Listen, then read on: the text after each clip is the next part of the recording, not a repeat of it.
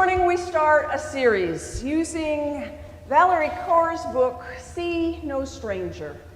Hear this definition of love from Valarie Kaur in this book, and she's talking specifically about revolutionary love. She says, love is a form of sweet labor, bloody, fierce, imperfect, and life-giving.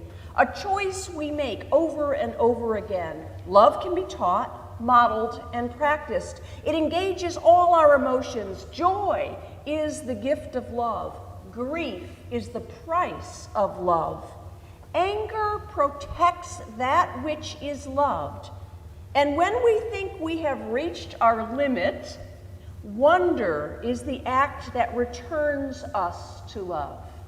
She goes on to say that revolutionary love is the choice to enter into labor for others, for our opponents, and for ourselves in order to transform the world around us. It's not a code or a prescription, but an orientation to life that is personal, political, and rooted in joy.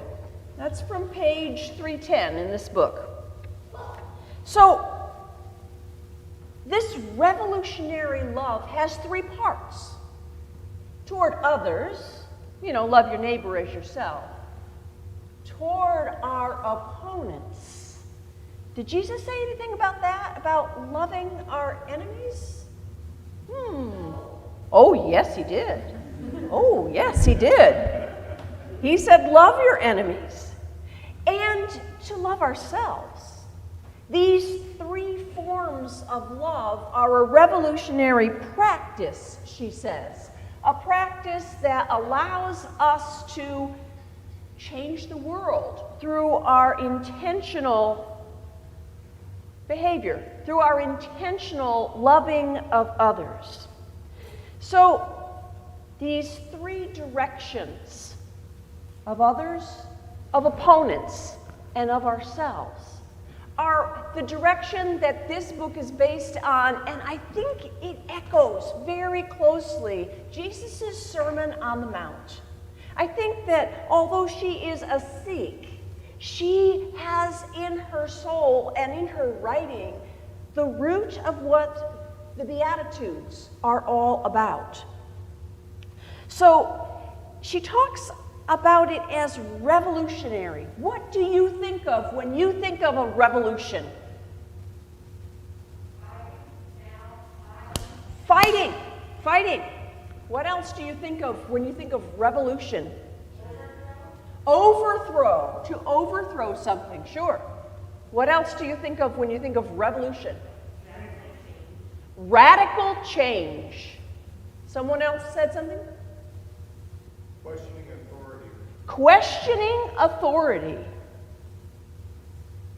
Other ideas? The president? I hope not. Although that was you've got too many deep thoughts this morning, Neil. I'm not sure I want to keep up with you. So, when something is revolutionary, it is life-changing. It is world-changing. It changes everything around us to be something different. What Valarie Kaur is saying is that if we love in these three components, we can change the world. What Jesus says in the Sermon on the Mountain is that if you love and love everyone, you can change the world. So let's look at how we love. The first thing we have to do is to wonder about people. When I think of wonder, songs always jump in my head, but I think of the Advent hymn, I wonder as I wonder. I know that's not the right key, but I can sing that key.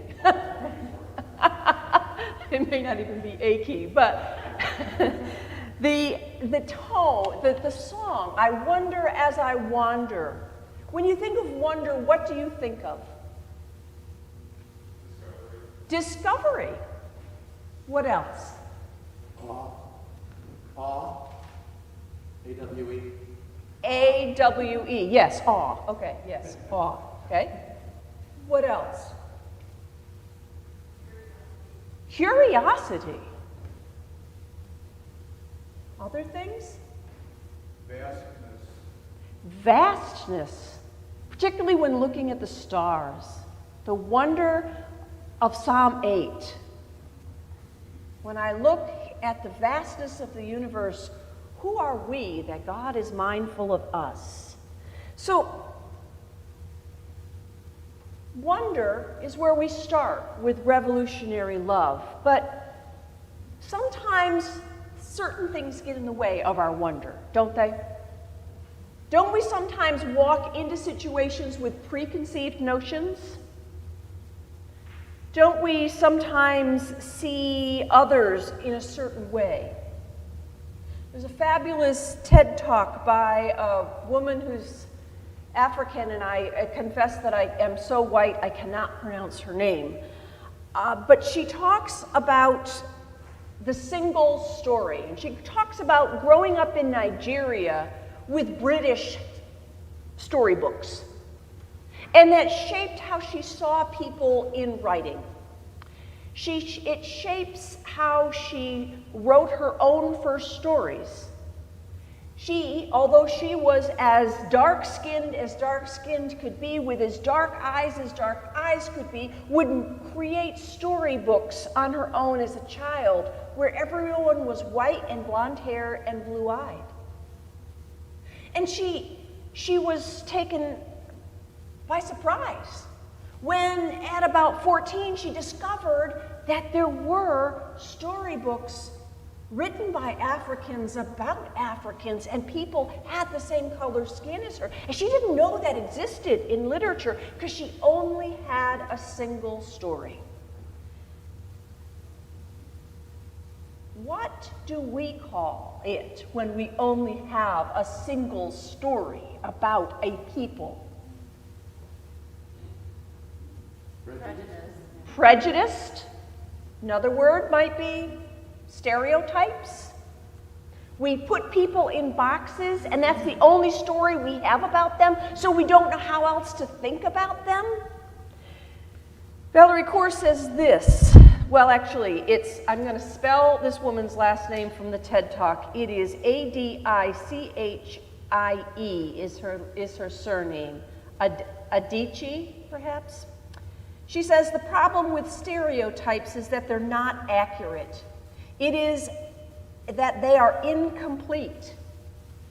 They show a people as one thing, and if you show a people as only one thing over and over again, that is what they become to you. Stories matter, she says. Many stories matter. Stories have been used to dispossess and to malalign, but stories can also be used to empower and to humanize. Stories can break the dignity of people, but stories can also repair that broken dignity.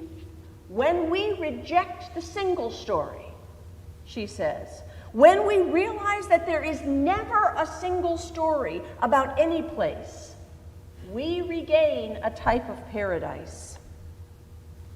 And Valarie Kaur says that stereotypes are the most reductive kind of story. They reduce others to single, crude images. In the United States, the stereotypes are persistent. You can finish these, I'm sure. Black as criminal, brown as illegal, indigenous as savage, Muslims and Sikhs as terrorists, Jews as controlling, Hindus as primitive, Asians of all kinds as perpetually foreign, queer and trans people as sinful, disabled people as pitiable, and women and girls as property. Such stereotypes are in the air, on television and in film, in the news, permeating our communities and ordering our institutions. And she goes on to say, we break the stereotypes through wonder. By looking at another and wondering what their story is, wondering what the humanity in them looks like when it may have something in common with you. So, wonder is the first step to loving others, loving opponents, and loving self. Have you ever been seen by someone as only one thing and you couldn't get out of that image? An example, I'm the youngest of 10 kids. As far as my siblings are concerned, I am the baby of the family. I will always be the spoiled, rotten baby of the family who cried to get whatever she wanted. Doesn't matter what I do, doesn't matter that I'm the most educated member of my family, I am still the baby. And I hate going to family reunions when a certain sibling is there because she will always see me as only the baby. What have you been stuck with? What pigeonhole has somebody put you into?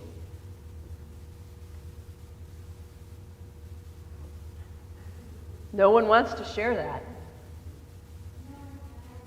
Yeah, it's uncomfortable, isn't it? What do you wish others would know about you? What do you wish that others would wonder about you? How can wonder help us to see no stranger? To see others as sisters, brothers, that we have not yet met. What do we lose when we risk wondering about others? What's the risk? What are you going to lose if you wonder about someone else? Your prejudice. Yes. What else might you lose if you wonder about someone? Joanne? Ignorance. Yes. What else might you lose if you wonder about someone else? Superiority. Your sense of superiority. What else? Did you say something, Michelle? Your enemies. You may lose your enemies if you wonder about them. You might lose your hate. That's a very good point, Neil. Follow the children, for they lead us. What becomes possible for us and for the world around us when we practice wondering about the others, about opponents?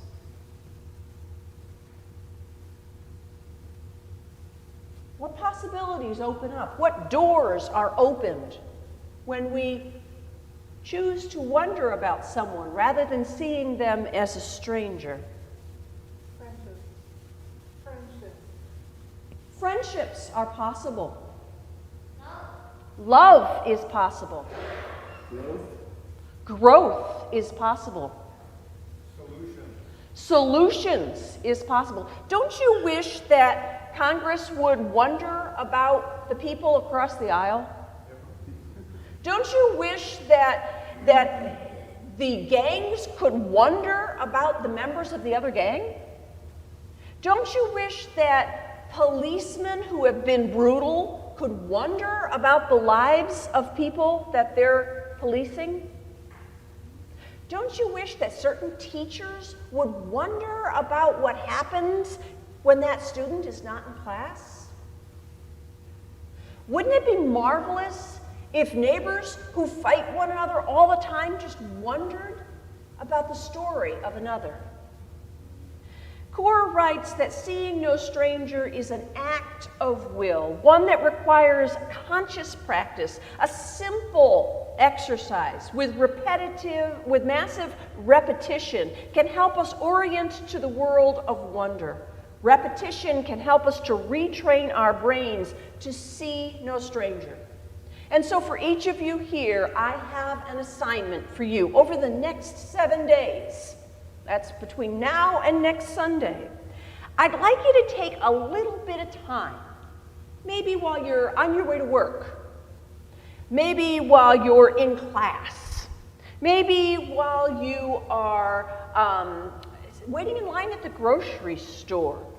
Take a moment and find somebody in the crowd that you normally would glance away from.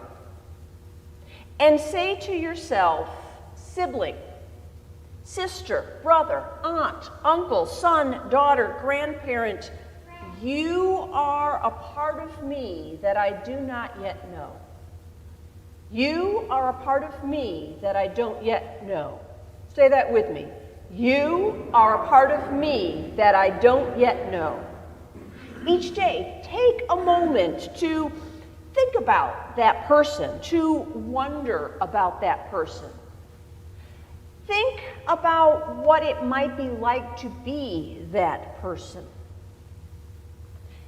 And then, write me a note, a text message, and just tell me what you learned.